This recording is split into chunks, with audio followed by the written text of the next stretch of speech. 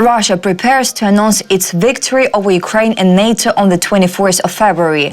Ukrainian intelligence reports how U.S. Secretary of State calls Europeans to reassure them after U.S. talks with Russians, and why bill on full withdrawal from yuan introduced in U.S. Congress.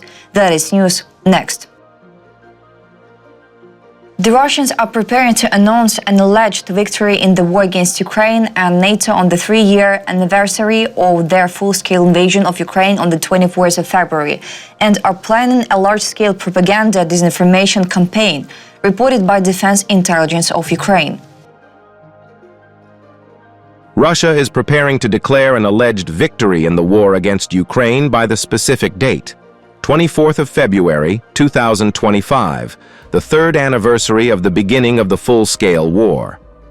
Moreover, these plans may also include a Russian victory over NATO. About details, the Russians have consistently claimed that they are fighting the alliance in Ukraine.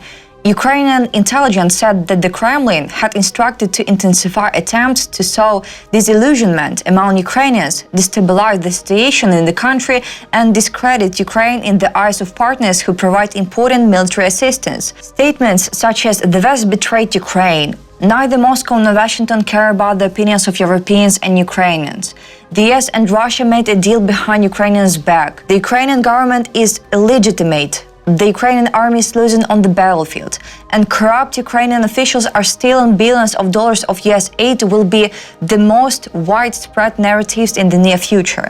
The Kremlin has ordered its intelligence services to use the US-Russia talks in Saudi Arabia on the 18th of February for information attacks. They will try to manipulate these events to influence public opinion. The New York Times has reported that U.S. Secretary of State Marco Rubio has been privately trying to reassure European countries concerned about the U.S. side's direct contact with Russia during the recent meeting in Riyadh, reported by European Pravda citing the New York Times.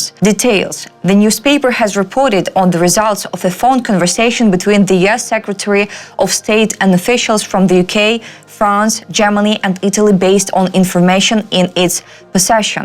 The New York Times reported that Rubio had tried to reassure Europe that the talks in Saudi Arabia were not a drastic shift from US policy, as many had feared. Speaking to European officials, the Secretary of State pointed out that the meeting was more of a first step in the process, a test to see if the Kremlin was serious about reaching a deal. Rubio told the Europeans that the Trump administration does not plan to impose the terms of any bilateral agreements with Russia on Ukraine and Europe. He also stated that the US administration would not lift US sanctions against Russia without a noticeable change in Moscow's behavior, although he did not rule out a limited easing of some measures if the Russians begin to take the steps the administration is seeking. Rubio acknowledged that the Trump administration has gained a clear understanding that Russia may try to use the talks to sow division in the West or to reduce its own isolation in the international arena. The newspaper notes that Rubio's message to European officials after the meeting in Riyadh was more subtle and conciliatory than the public statements made by some members of Trump's team. Part of the call was devoted to explaining why Ukrainians and Europeans were not included in the Riyadh talks. Rubio explained that the United States did so because most of the conversation focused on bilateral issues between the United States and Russia. This included opening a discussion about lifting restrictions on their embassies, which were de facto closed in both countries. Rubio said that talks between US and Russian officials on lifting these diplomatic restrictions would be the first test of Russia's intentions. According to Rubio, a failure to negotiate an embassies would show that the Kremlin is not serious about negotiations to end the war in Ukraine.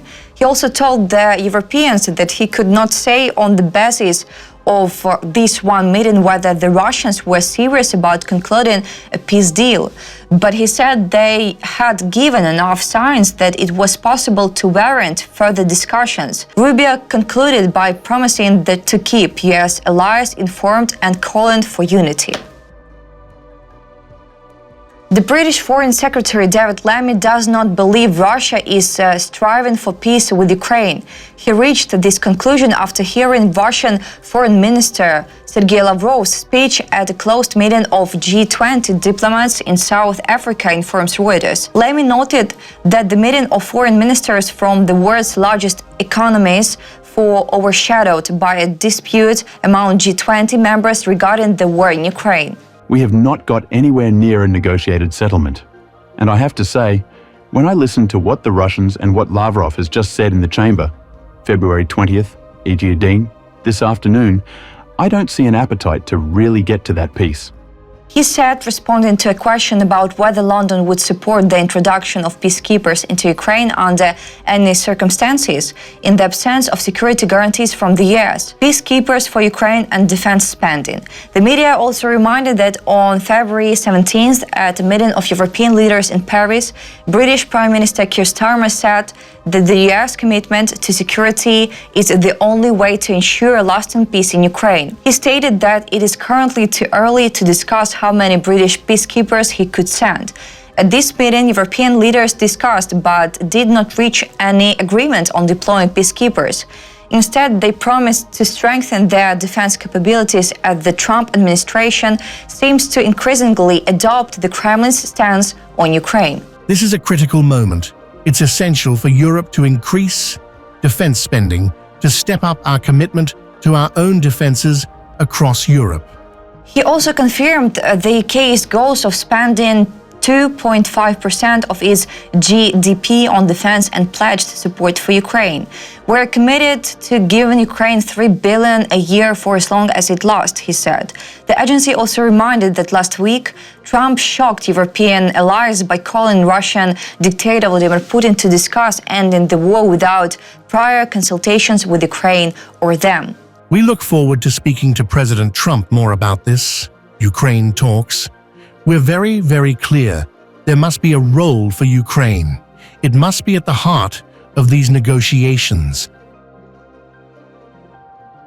A draft law has been introduced in the US Congress proposing the withdrawal of the United States from the UN, reported by Fox News as reported by European Pravda. About details, Republican Senator Mark Lee from Utah has introduced a bill to completely withdraw the United States from the UN in 2025, providing for the country's withdrawal from the UN and all related agencies and the termination of funding for their activities. It is also known that Republican Chip Roy from Texas wants to introduce such a bill in the House of Representatives. The United Nations has devolved into a platform for tyrants and a venue to attack America and her allies.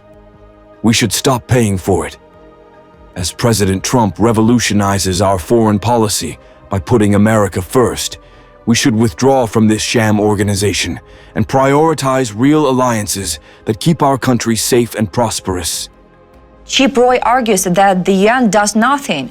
Despite all of the money and the attention, this corrupt globalist organization has for decades failed to prevent wars, genocides, human rights violations, and even pandemics, he said, specifically recalling the scandal with the United Nations Relief and Works Agency for Palestine refugees, some of whose employees may have been involved in the Hamas attack on Israel on the 7th of October 2023. About a dozen other Republicans have expressed support for the draft law. That's all for today. Thanks for watching this video. Like and subscribe.